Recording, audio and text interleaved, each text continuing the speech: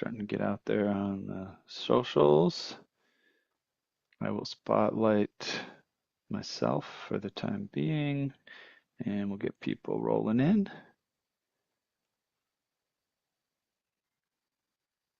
Hello and welcome everyone. Welcome to Piano Tech Radio Hour. Great to have you joining us once again. Welcome to the program. Get yourself settled and comfortable. We're going to start momentarily. We always like to give folks a moment to get their, get your seat. Make sure you got a good view and everything.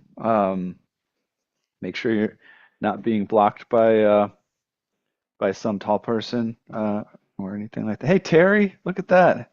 Haven't seen you in a while. Good to see you, Terry. Awesome. Well, we are just kind of getting rolling here a little with a slight delay. So I will go ahead and start to introduce the program. If you're catching us out there on YouTube or Facebook, we'll put some links in the chat so that you can make sure and jump in the Zoom call if that appeals to you, and keep an eye out for that. So what are you doing here? What is this if this is your first time? This is Piano Tech Radio Hour. And what we do is we gather here every Saturday to meet with and learn from the most fascinating and knowledgeable folks in the piano world, including manufacturers, rebuilders, musicians, makers of other instruments, lots of stuff, and of course, piano techs. Our mutual goal is to become better at our craft, to help each other, and to create an ever more musical world together. Piano Tech Radio Hour is brought to you by Piano Technicians Masterclasses. It's an online learning resource that brings you cutting-edge instruction from piano industry masters without leaving your home. You can find out more at pianotechniciansmasterclass.com. You can also subscribe to this program, Piano Tech Radio Hour. It's just $16 a month. What happens is you get direct access to each week's private Zoom call, and you also get the archival recordings of over 200 episodes in our member area. You can join Piano Tech Radio Hour at bit.ly/joinptrh. And then we always like to get a little housekeeping and some other stuff you need to check out. Make sure you go check out the podcast, pianotechradio.com. We are gearing up to start releasing episodes again. We took a little bit of a pause, but we'll probably be getting some episodes out there for you, some newer episodes. We released archival episodes from a couple of years ago. We also are releasing some of our newer episodes now. And podcast is doing great. We got attention from all over the globe. Make sure you check out our Substack, which is our blog. We just started that this year, and we give you sneak peeks into some of our member area content beyond just radio, our masterclass content, where we cover advanced topics, voicing, regulation, concert prep, rebuilding, even piano design, just that kind of stuff you don't usually get access to. Also, if you keep an eye out on our emails, we're actually testing a new program for the foundational piano technology information. So if you're a newer tech or you want to get your fundamentals down, reach out to us. We're just at the stage of gathering interest and filling out a form. We're sending out emails about that. But if you're interested in that, let us know. And we're developing a test group. We've already gotten started with an initial test group for a couple of months, but we're looking to bring new people into the fold and get the foundational content to you. Make sure you follow us on our social medias. You got Facebook, Instagram, LinkedIn, Twitter, and you can find us on Linktree, Piano Technicians Masterclass, Linktree/Piano Tech Masterclass. All right, guys, let me introduce our guest for today. His name is Jeremy Siskind, and a very talented individual. Get to the official bio.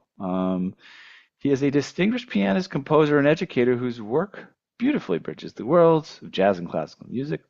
He has an impressive educational background, having received a full scholarship to the prestigious Eastman School of Music. His talents have been recognized globally, winning the Nottingham International Jazz Piano Competition in 2012, placing second in the Montreux Solo Piano Competition in 2011. He has studied under celebrated pianists such as Fred Hersch and Sophia Rosoff, further honing his exceptional skills.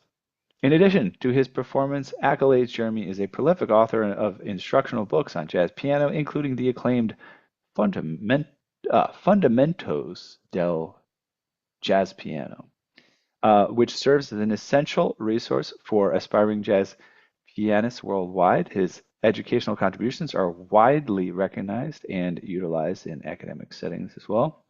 He's got a YouTube channel, a website, which we'll learn more about. Jeremy, welcome to Piano Tech Radio Hour. Thank you. It's a pleasure to be here. So, del Jazz Piano is the Spanish translation. Yes. It's serious in Why English as why do well. I have that in Jazz my piano bio? I don't know. fundamentals. I do speak Spanish, so I figured Okay. we'll pronounce it like that, but It's very nice to that's be really here. funny. Thanks for having me, Ethan. Muy bien, muchas gracias. Bienvenidos a la programa. Podemos continuar en español Ok, si That's on quieres. vamos a me. I'm continuar sorry. en español. Si quieres español, tú puedes presión el número dos. All right, great to have you here. Well, your bio says a lot, so we have a lot of cool information about you there. Um, we didn't get that sort of foundational background, which is always fun to hear. What was it like growing up as the inchoate musician that is Jeremy Siskind? Did you start early? Did you start late? Uh, how did that all evolve? Sure. So, my family isn't particularly musical. Nobody probably would have predicted from my parents that they'd have a musician in the family. Um, but we had kind of a fun connection, which is that my dad's dad, my grandfather, who I never met, was an accountant. But he was an accountant that worked for a firm that produced Broadway musicals.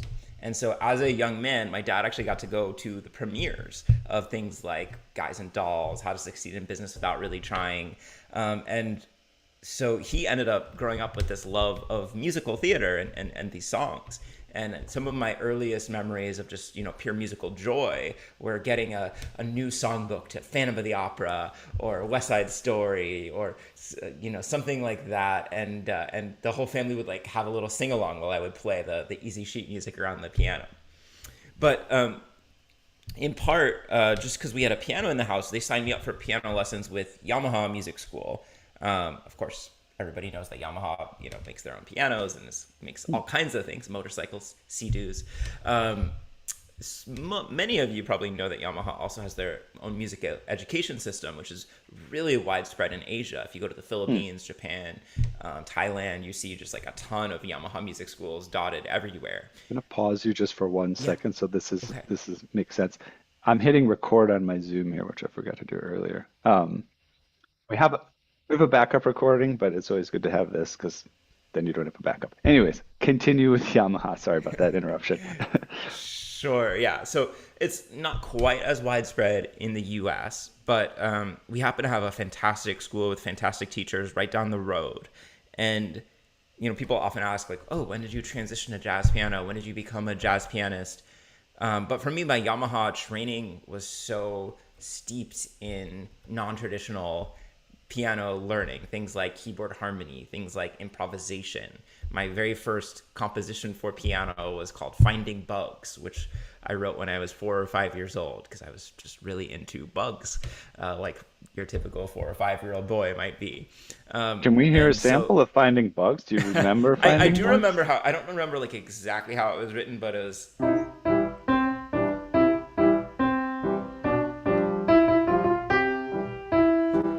But actually, the Sounds good. piece I wrote when I was like 7 or 8, because there was kind of a composition competition or activity every year that we would submit for, is still like to this day I think one of the best melodies I've ever written. It's Mm-hmm. called White Snowflakes Falling, and it goes.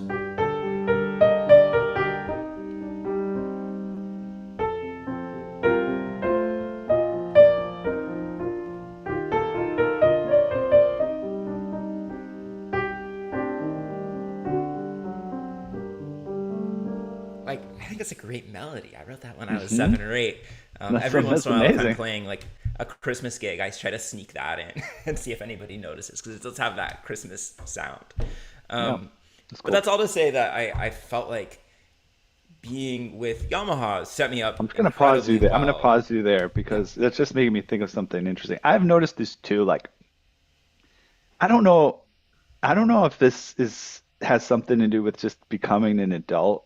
I feel like it's just so much easier as you get older and older and older to become critical of yourself and what you do, you Mm, know, and see it and be like, oh, that could be better. Oh, yeah, that could be better. Just because, like, I don't know, as you become an adult, you have to open yourself up to other people saying, hey, let's tweak that, let's do this.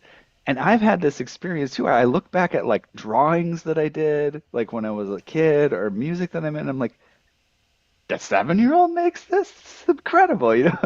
And it's I don't know, it just says something. It's something maybe to consider just about how we treat ourselves and our, and children and how, I guess how open. I don't know if there's something about being a kid and the encouragement sometimes you get and the freedom you have without thinking about, whether it's good or bad or right or wrong. Anyways, yeah, what's that term? Is it beginner's mindset that they talk about, or yeah, always beginner's having mind. Yeah. that attitude?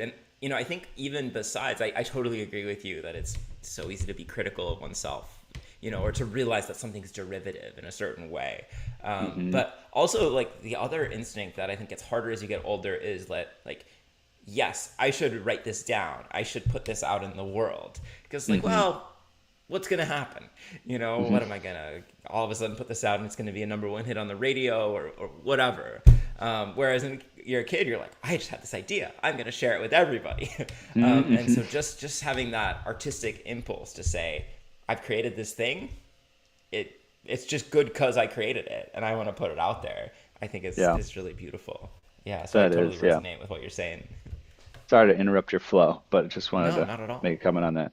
So you were talking about your history as a musician. You started doing things very young. You got into some composition. We got the bugs, finding bugs, which I made me want to go out and find some bugs in my own yard. Um, so continue from there. From can we kind of stopped at your like compositional advancements and things like that? Yeah. Yeah. So a couple of things from there.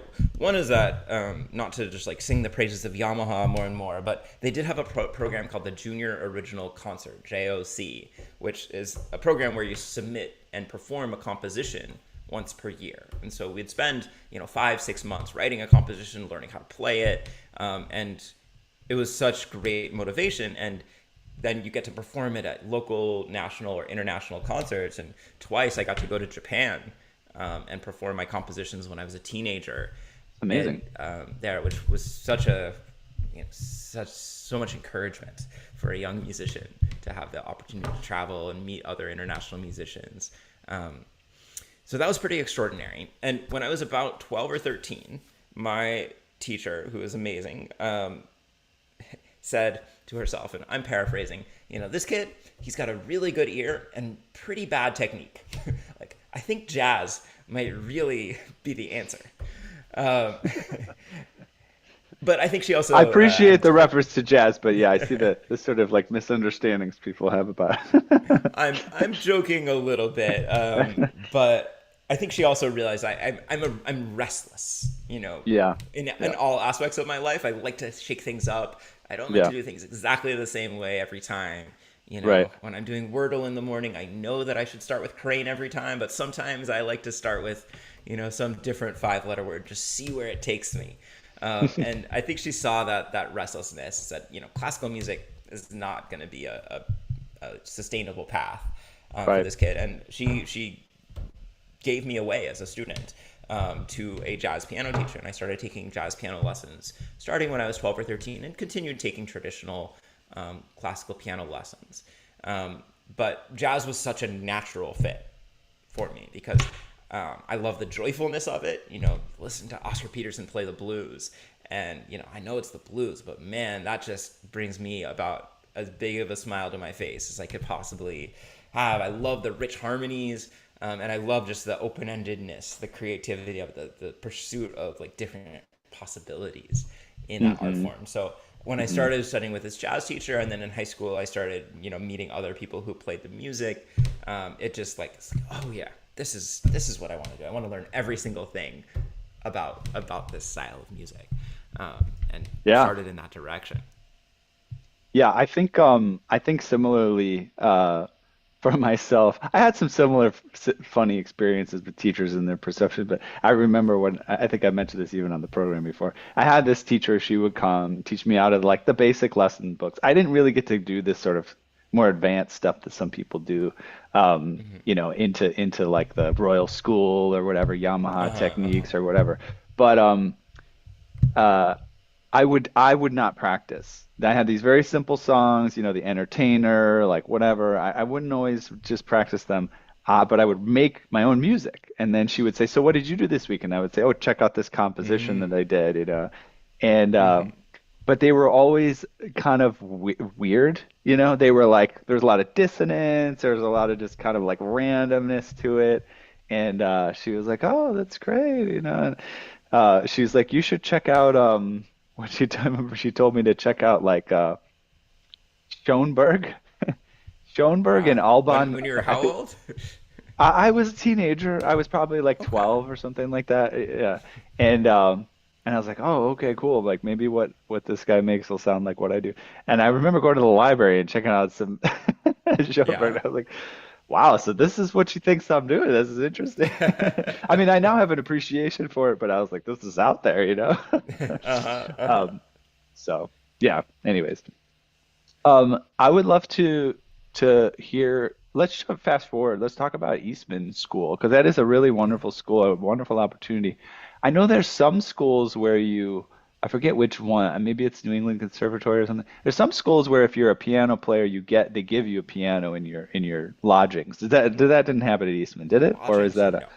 no, no. I think they do that at like New England Conservatory or something. Like they I'm put a not piano aware in of your that, but in your house or possible. Maybe something. Curtis. Yeah. But Eastman is a really, really wonderful school. Can you tell us about it? I actually don't know much about the experience of, studying there and the students and the faculty and all those things. And any interesting stories or anecdotes? Yeah, when people ask about my time at Eastman, like the thing that always comes to mind is it felt a little bit like being in a monastery.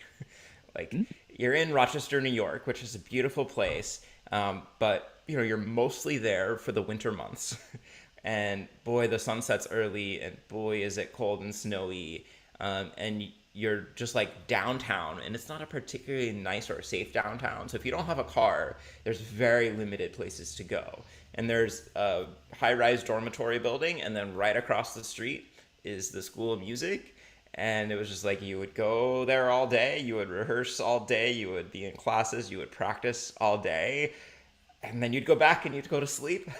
And man, did people there take the music seriously. I mean, just you're only there for one reason. It wasn't because it was fun. It wasn't because it was pretty. It wasn't because of of any of those things. It was just like everyone was so serious about their craft. And looking back, I'm so grateful to have had that time. Um, so at that time, and this is really starting to change, including I think at Eastman, you had to take 2 years of classical piano, and that was true for every instrument. You had to take 2 years of Mm. classical lessons, even if you were a jazz major. So I studied a lot of classical music, and I actually continued all 4 years studying classical piano. And then I remember when I got there, someone told me that they were a music theory major freshman year, and I kind of like chuckled to myself because I was like, "You're coming to music school, and you're gonna study music. You're not even gonna play an instrument or compose or like anything." But I fell in love with music theory at Eastman, and by the time I graduated, I had a double major in jazz performance and music theory. And the theory faculty was incredible, including this guy Darius Tarafenko, who wrote a book recently called Jazz Theory. But just this guy with this incredible brain, both on the jazz side and on the classical side. He had written his dissertation on Keith Jarrett's introductions to tunes in the standard repertoire. He'd written Mm. like 1,000 pages about Keith Jarrett's introductions. Mm. And probably the two most valuable classes that I took there were both independent studies that I took my senior year. One was with Darius. We did an independent study on improvising fugues in the style of Bach. And the other was with a great professor named Matthew Brown, who taught me about improvising in the style of Debussy preludes. Mm. And those activities really got my mind, really just expanded my mind in terms of what improvisation can be, how you can incorporate sounds from other musical languages into your own musical vocabulary. And it also gave me a lifelong love of both counterpoint and Debussy. two Hmm. things that I just always continue pursuing in pursuit of this day. A couple cool things that happened to me while I was at Eastman. One was that the pianist Marion McPartland, who's Mary known as the McPartland, longtime amazing. host of Piano Jazz, had a Yeah. long relationship with Eastman. I think it's something to do with Alec Wilder. They were friends, and Alec lived in Rochester, so I'm not exactly sure. But she came back to the school for a celebration and to play with the big band, and I was the pianist for the big band at the time, and Marion kind of got up to leave, and I went back to play piano for the rehearsal, and she heard me play the solo that she was, going to play. And right then and there, she invited me to be a guest on Piano Jazz, the NPR show. So Oh man, I gotta when I check that was out. That's awesome. yeah, when I was a sophomore in college, I got to be a guest on Piano Jazz, which was mind blowing. I remember like shaking in the elevator of just complete nervousness. But she was so lovely.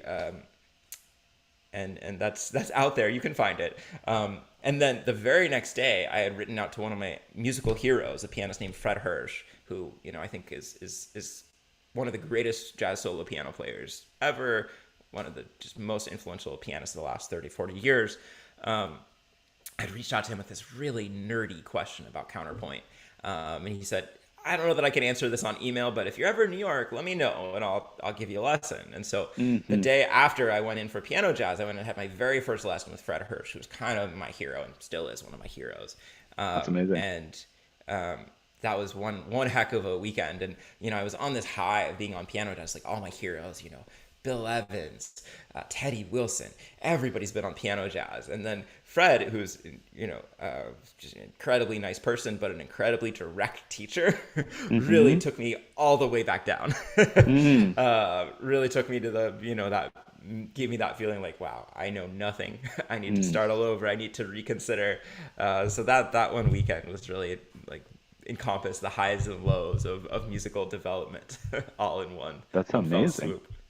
Yeah, Yeah, it was I something. I went to a show of um Pat Martino. Are you a fan of Pat Martino, the guitar player? I know of him. I really like his playing, and I also, do you know his story? Like his kind of like the crazy No, story about his life experience. tell me. So Pat Martino, really sick guitar player, like plays really fast and kind of like aggressively and all this stuff. And at some point in his life, he had like a brain aneurysm or something, Okay. and I don't know if it was a stroke per se, but something that literally he forgot how to play the guitar. And then he had to relearn how to play the guitar basically from scratch. And then he had to like listen to his own records. It's kind of like you're transcribing yourself and Weird. learning to be your own musician again. And of course he like relearned and became an amazing guitar player again. It's an amazing story. But I went to a show of his at the Iridium in New York, and this is before I lived in New York. And I was a lot younger, and I got to talk to him a little bit, and he gave me like his card, and he said that same thing, like, "Oh yeah, if you ever want a lesson," and I never got to take. I was always like You looking never at that got the card, like, I lesson. can't call that guy. I can't call uh, that guy. No. Yeah. But yeah, anyways, that's really well, it's wonderful that one of you the actually funny got to take him up on things. it, and Oh, yeah, yeah. yeah, No, I was gonna say it's one of the funny things about the jazz world is that like the jazz celebrities like are not really that distant.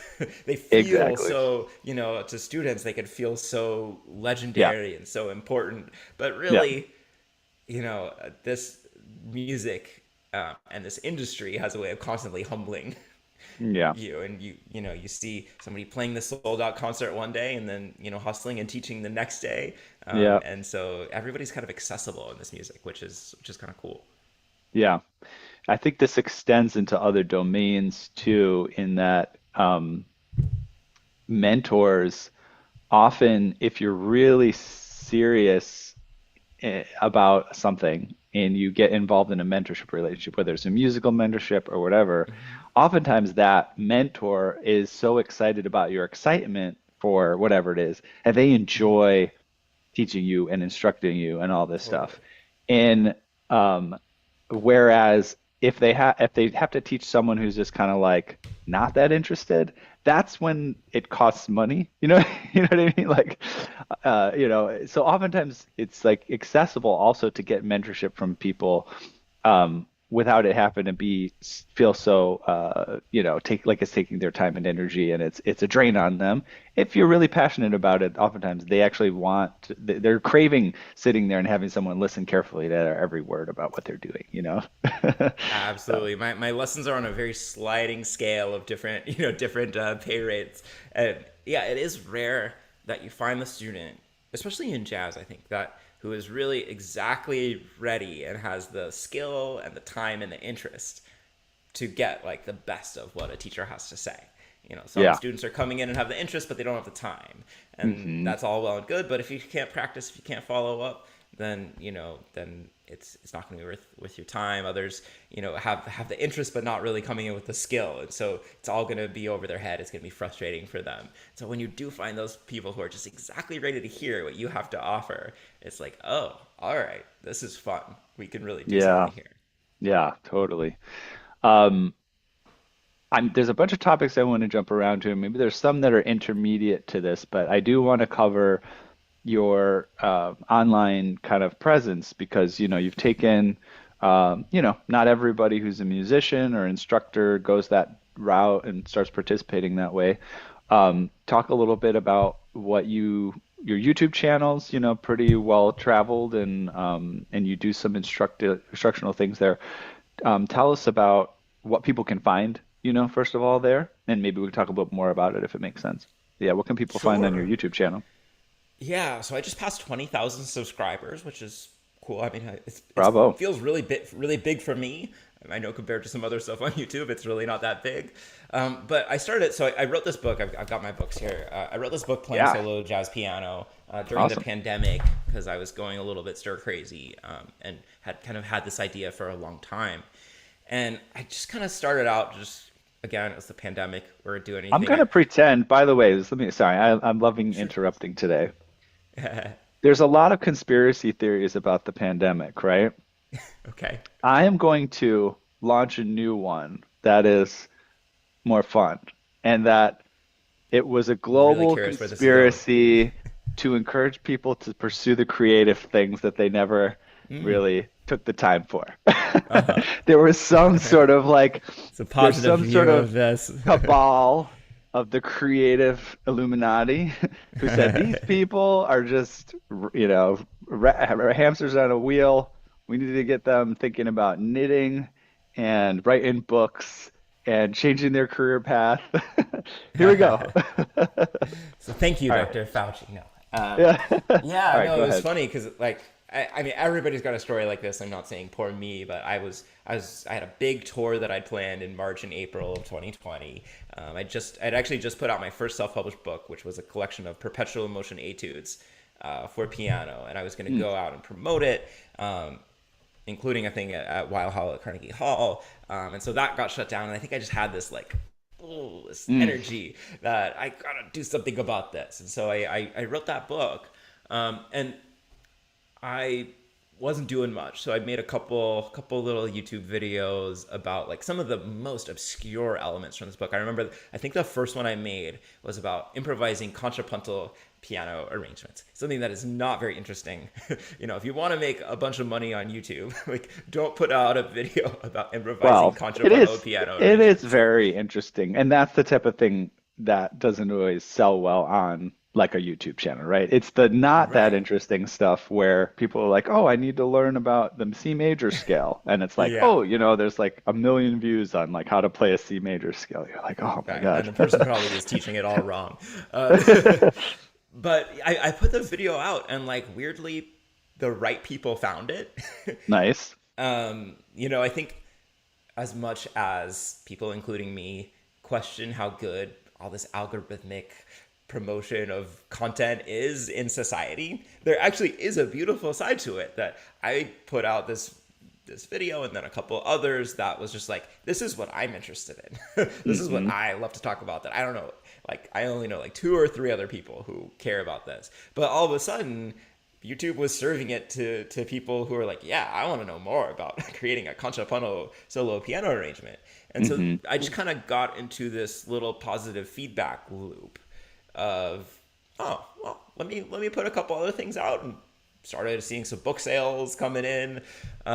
and I'm friendly with a woman named Amy Nolte, who is well over. She's been doing the YouTube thing a long time. She's well over 100,000 subscribers. She's a great musician. Not one of these people who just creates content without knowing. She's a great jazz pianist, jazz vocalist, and her advice to anybody who's looking to start a channel is always just exactly the same thing, which is find a consistent schedule and post on that consistent schedule. Hmm. And so I decided to just say, let's see what happens. Like, I'm going to just make 2 short videos a week. I'm not going to edit anything. It's not going to be fancy. It's not going to be visually stunning. But I'm going to teach a couple concepts. I'll promote the books. I'll see what happens. And it ended up kind of having this positive reinforcement snowball effect, which was really fun. I met all these people. People were interested in the books. And people also kept telling me that I was like one of the most clear teachers of jazz that they'd ever encountered, which was interesting to hear. I'd always thought of myself, so I like teaching. I'm a good teacher. But whether it's true or not, hearing that kind of gave me the confidence to then put things out more in terms of Hmm. books, content, courses on things like tone bass and on Open Studio, these Right. lesson library platforms. So it's really, I know there's a lot of negative experiences with social media, but it's been a really positive experience, and I hope that I'm helping people like get further on their jazz piano journey in a joyful way. If I'm doing that, then I feel really good, Yeah. and try to I'm measure excited to things in check the that book out. rather I than the haven't I book haven't sales. got to dive into it yet. Uh, Signed copy, wink, wink. But I think, uh, but no, either way, I can get it. But I just, it reminds me of a story from my progress as a jazz musician, and I could probably tell two parts too, because when I was in high school, I got to study jazz, which is great. Uh-huh. But like at my high school, no flack to the high school. They didn't really have a jazz program. They probably should have. Hmm. Now that I see like other schools that are similar Hmm. kind of like caliber, like they just had kind of like band and whatever. And so me and a few friends got into jazz. But I remember the band director being like, we were learning like kind of blue. So what? you know. Great. And if we were playing it, just jamming in the music room, and the band director there goes, "Oh yeah, Miles Davis, so blue," and we were like, he does not know any jazz."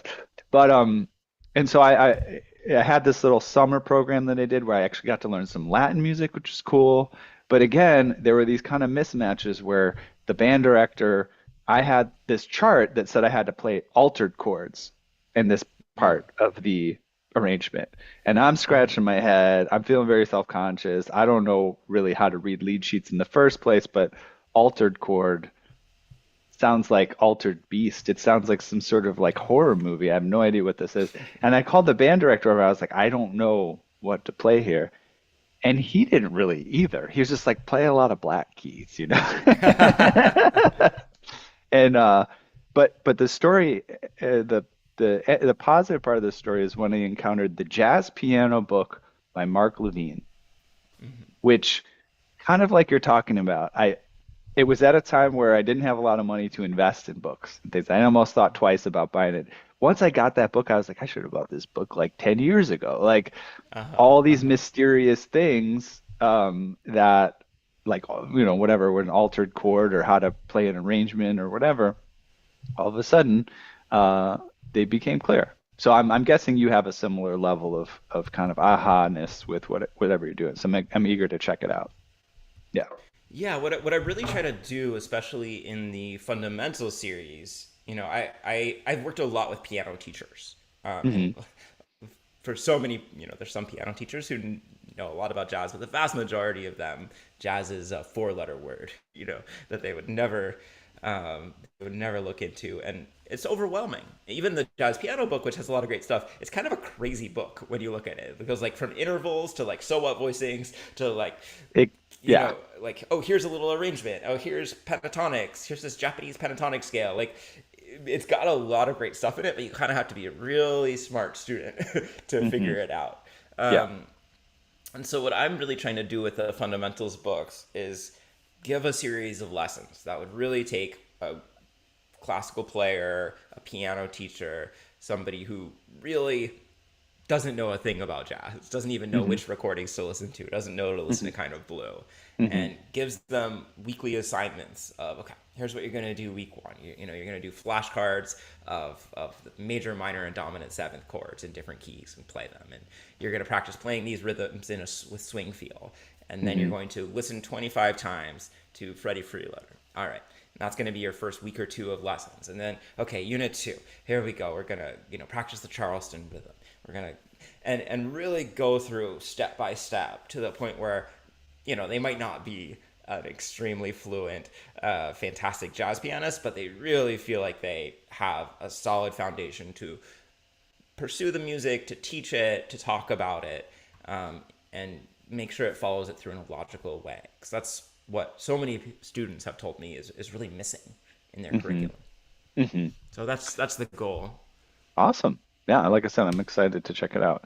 Um, yeah, and education is, I'm very interested in education. I have a lot to learn about education despite that. And we do some, educational things here as part of our content. But what I'm getting more and more interested in, because I feel a gap for myself, is kind of exactly what you're talking about. The There's sort of like a puzzle to put together when you put together education, which again, people Yeah. who know more about it than me, this is maybe obvious, but it's like I have a 6-year-old, and I notice how difficult it is for me as an adult, having lived decades more, to think about what is at his level. Mm-hmm. And so I'll say something to him. I'll be like, da da da da, and my wife will be like, he's not gonna get that. You have to put it this way. And it's like, oh yeah. And so that I find that part of education really interesting right now is being aware of what are all the fundamentals and the puzzle pieces that you can build upon so that you can get some clarity at the higher levels. Because it's not obvious, right? And Yeah. it's Well, easy to try to jump into play no. advanced places really quickly, stuff like that. Go ahead. Yeah, and so I'm in no way comparing these students to 6-year-olds, but the best thing that ever happened to me as an educator is I started teaching at a community college, and previously I was teaching at a 4-year research university, Hmm. and so students really had to audition to get in. It Hmm. was competitive. There were scholarships. And then for geographical reasons, I took a different job teaching at a community college. And students do not have to audition to get into your classes. People are at all different points of their educational journey. Some read music, some don't read music, some know their major scales, some don't know their major scales. Hmm. And it was such a lesson to me in exactly what you're talking about like, don't take anything for granted. Right. Um, Make sure that when you talk really precisely. Make sure Hmm. that when you give them an assignment, you tell them exactly how to do that assignment. You demonstrate it. You show Hmm. them. Because things that are obvious to someone Hmm. who has a lot of formal training are just not going to be obvious. It's not going to be obvious to these students. And that has made me such a better educator. It's made me a better author. I know what questions to anticipate now. Hmm. And it's made me a lot more empathetic, I think, to students on their journeys, because Yes. everybody's coming in at different spots in their journeys. Yes. Similar to life. It's Yes. easy to think the people around us know everything that we do. It's easier for them to think that we know everything they do. And sometimes you got to Yeah. do a lot of work to connect on the fundamentals. Um, yeah, in terms of just another example, my I get to watch my son take cello lessons. He's been taking cello Oh, lessons how since he was cool. like four, 4 or 5, and for the first like 6 months to a year, just hold the bow. And they did these little bow games, and you had to move the bow up and down and sing songs, and you're not even really playing the cello, you know? You're plucking strings, not really actually bowing. And it's a great example of like, oh yeah, like their hand has to develop the strength and the motor memory, and it's something that's totally not obvious. It doesn't seem like it's a big part of cello playing, but that's the before even the music starts, right? You got to hold the bow correctly. Um, let's see here. In terms of the authorship thing, so this is relatively new for you. That's a big step to become an author. Like, did it feel intimidating? Did it just kind of come together? How does it feel having become an author? Do you wake up one day, I'm an author now. Look at this. I'm a published author. Like, tell me about the process of authoring. Well, so I'd actually previously written about 20 books with Hal Leonard, Oh, okay. who's Hal Leonard. Many listeners probably know that it's one of the biggest Yes, a music huge publishing name. Yeah. companies. Maybe the biggest, just in terms of I think they output like 13 new things a day. Like it's just Wow. a factory Hmm. there. So I'd had a really unique experience, which was I got recommended out of college to write for what was then called Clavier Companion. Now it's called Piano Inspires magazine. Okay. And I got contracted to be the reviewer of new jazz materials. Um, and looking back, I didn't really know that much about teaching, so I probably wasn't really actually the best person to do that. Hmm. But at the time, I was getting my master's in English literature, and I got a degree in jazz piano, and they were like, well, this guy can write, he could talk about piano. Hmm. He's a college student, he'll take anything, sure.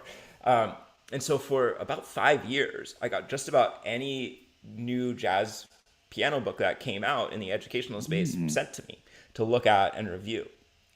And that was just an incredible education in terms Yeah. of what makes a good book, what's out there, and how to relate to that. And so through that process, people got me connected with Hal Leonard, and I worked with a really great editor there, Jennifer Lynn, writing both educational pieces as well as I did a couple of bigger instructional books. One called Jazz Band Pianist, Hmm. because a lot of a lot of piano teachers, have these students that come to them who want to join their middle school or high school jazz band and say, "Hey, help me," and the teachers don't have any idea how to help. So we Hmm. wrote that one, and also wrote one called First Steps in Piano Improvisation Hmm. to try to encourage a younger student, maybe in their first 2 or 3 or 4 years of piano lessons, to take some steps towards being more creative.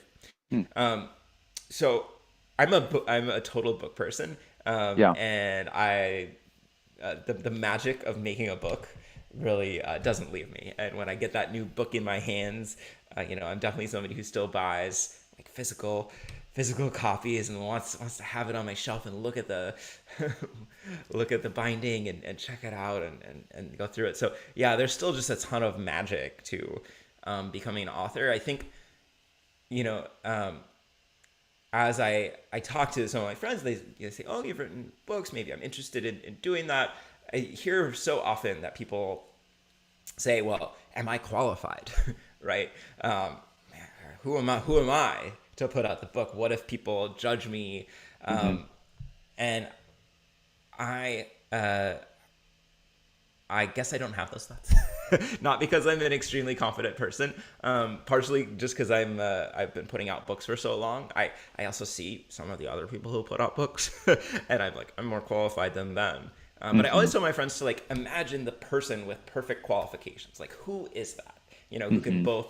Who both knows the music so well, who's practiced teaching it, and who can express themselves really well, and then who has Hmm. interest in Hmm. like sitting down for the hours and days and months and editing time like required to actually make a book. Like it's a really small pool of people who Hmm. actually want writing those books, and so that always like reassures me to the point where I'm like, yeah, I could put this out to the world. And I should mention that for this book, it also really helped that I got Fred Hersch to write the introduction, which I think Oh, that's it amazing. if Wow. you want your solo jazz piano book to seem legitimate, like get Fred Hersch involved, That does it. so you Yeah. can feel really good about it Yeah. as well. Yeah. Or get like a posthumous Bill Evans. I'm not sure people would believe it. Yeah, they just wouldn't believe it. But yeah, and that's cool. It's like a nice. I mean, I'm looking at your Wikipedia here. I mean, since 2012, and you have all these different titles here: Big Band Shout, Jazz Etude, The Magic of Standards, Congo Lion, Double Agent, Jazz Band Pianist, Myths and Monsters, Jazz Hits, First Lessons in Piano Improv, Pop Duets, Big Apple Jazz. Um, Theme from New York. Might as well finish this. Theme from New York, New York. Such harmonious men as perpetual motion etudes playing solo jazz piano. Um, but it sounds like it's like, like a nice transition into the authorship thing to be working with Hal Leonard. It sounds like you have some, you had they've been around for so long.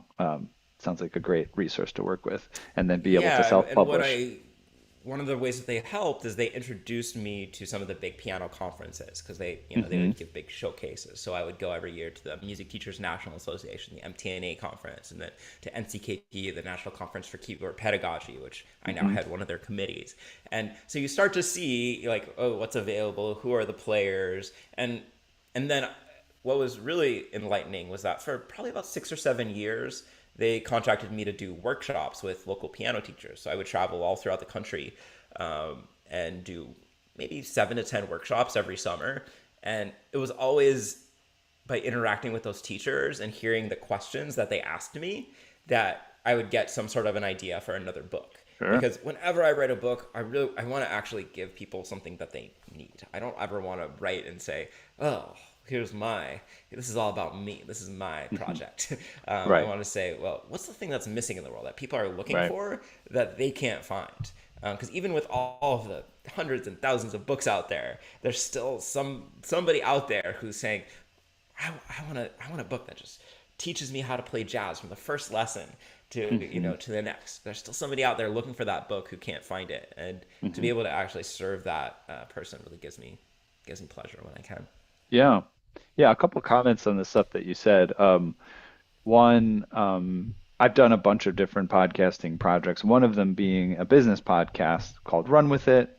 We would talk to uh, successful entrepreneurs, and they would share a business idea that they didn't have time to pursue, but they thought was cool. Mm. But as part of that program, uh, it wasn't like a ton, but I was struck by how many people who had a personal finance blog and had it as a very successful business, you know.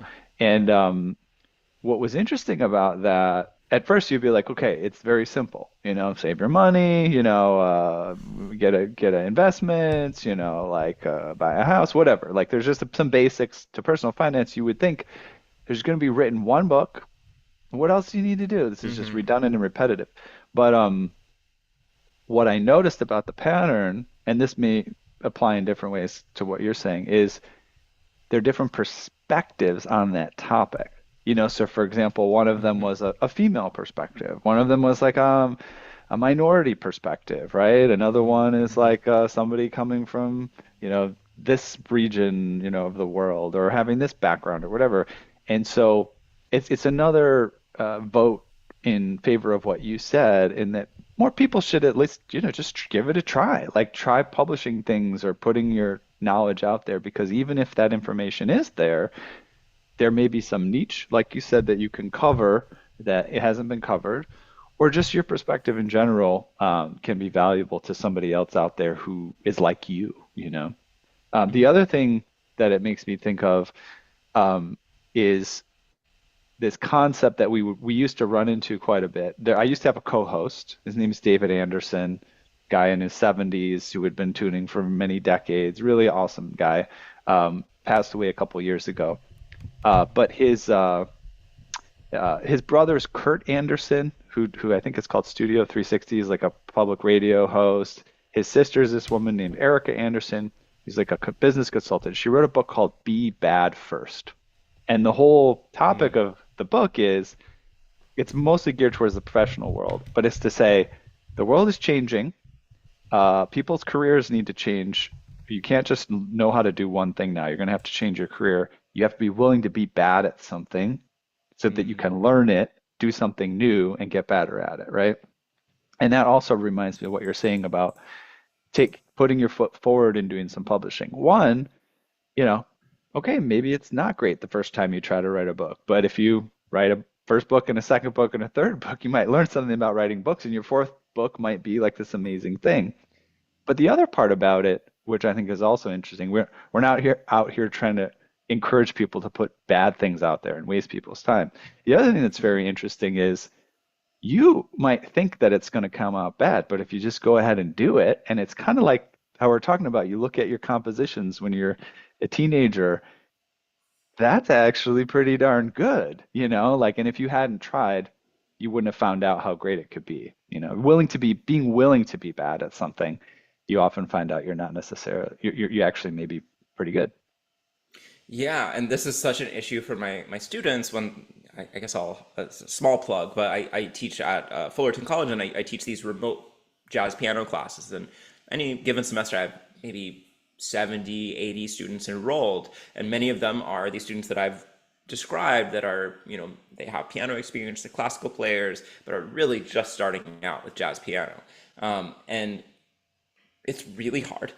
But one of the things that I insist, I really push them to do is to play in some sort of an ensemble, whether it's just piano and voice, piano and trumpet, piano and bass, or a big band, like anything. And like you're gonna suck, but you're never gonna get to the point where you don't suck if you don't like really just struggle.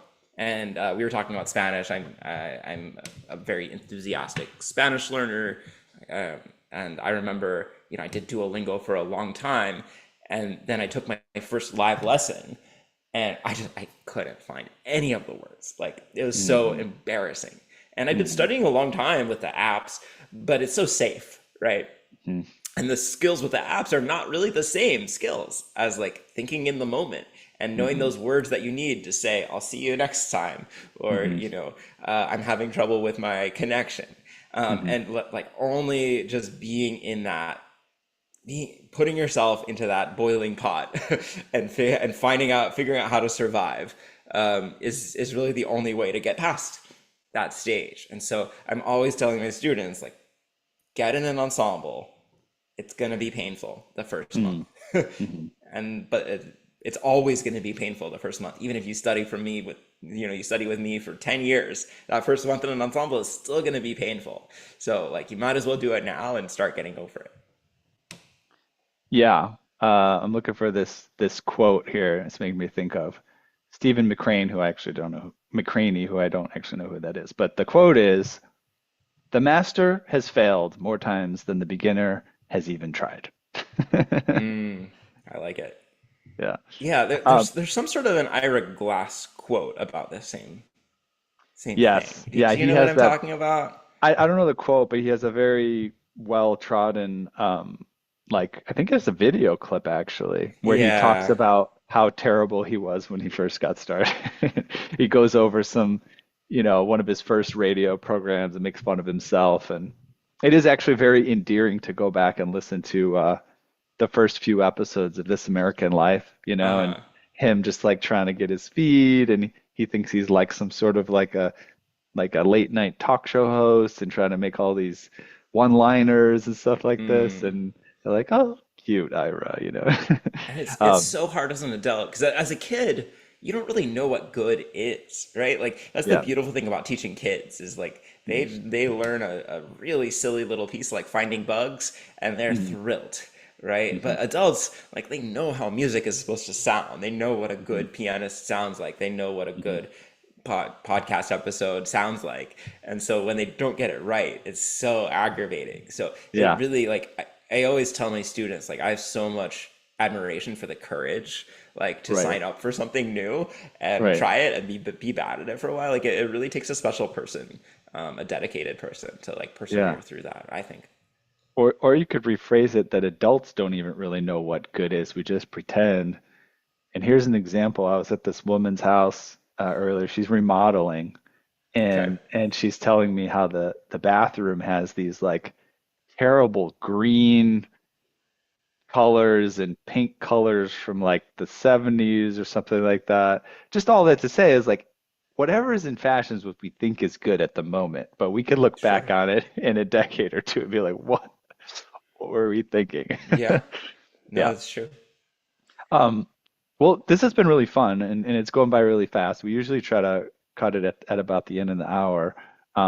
I'm really enjoying speaking with you. There's a lot of commonalities. I'm appreciating all the hard work and energy you've put into everything that you've done, the publishing and the content for people on YouTube.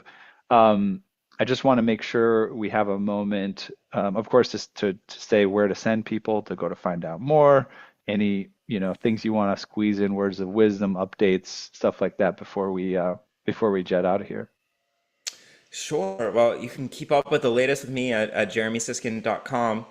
And if you're interested in the books, they're available on Amazon, but I always appreciate it when people buy directly from me, and it's jeremysiskind.com/shop. Yeah, the YouTube channel, I post 2 videos there a week. YouTube.com/Jeremy Siskind. I'm easy to find there. If you're interested in a jazz piano class geared towards really beginners, it's the most affordable and complete jazz piano class that I'm aware of, because it's through the community college. It's just an extraordinary deal. I see Barb is Hmm. here, who's taken the class before. Hi, Barb. Um, Awesome. so that you can learn more about that at jeremysiskind.com/jazz class. Um, and yeah, a couple. I'll just share a couple fun things. Yeah. I'm going to the studio next week or the week after twice. Wants to record with vocalist Jamie Shu, but maybe a little bit more well known for people. I'm going to be recording with the trumpeter Arturo Sandoval, who's getting I think it's a Kennedy Center Award, one of the real greats of trumpet playing. So that's Incredible. exciting. And then I'm going to be coming out with my first book of arrangements of jazz standards in the fall, probably September or October. I'm working with the engraver now to get those set. So if you're interested in that kind of thing, join my mailing list. You can find that information easily on my website, and I'll keep you up to date. But I appreciate the chance to talk with you. Our pleasure. Yeah, it's been really wonderful. Um, Can we hear that tune once more? The oh, Christmas, what or something. Do you want? Yeah, Finding bugs. no, the one after that. the Christmas, Oh, The the Christmas winter one. one. The winter Yeah, one, and yeah. if you're interested, so this is just kind of fun. You can search YouTube. It's called White Snowflakes Falling, and my mom found an old video of me playing piano when I was about 7, and it's such a funny video because I'm doing like a weird kid thing and just like smiling hugely at the camera. And what I did is I interspliced it with some videos of me playing the same song now. So Oh, it's just kind okay. of a fun thing to watch. I put it up on YouTube, White Snowflakes Falling. But yeah, I'll play it a little bit more with pleasure. I need to turn my original sound for musician settings back on. So.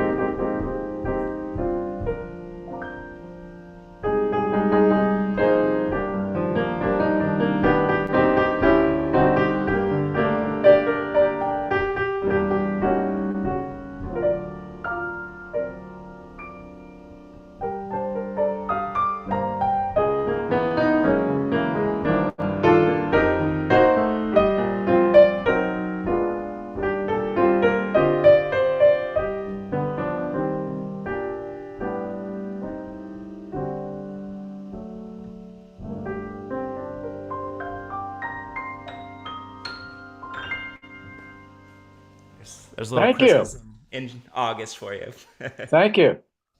Awesome. Appreciate that.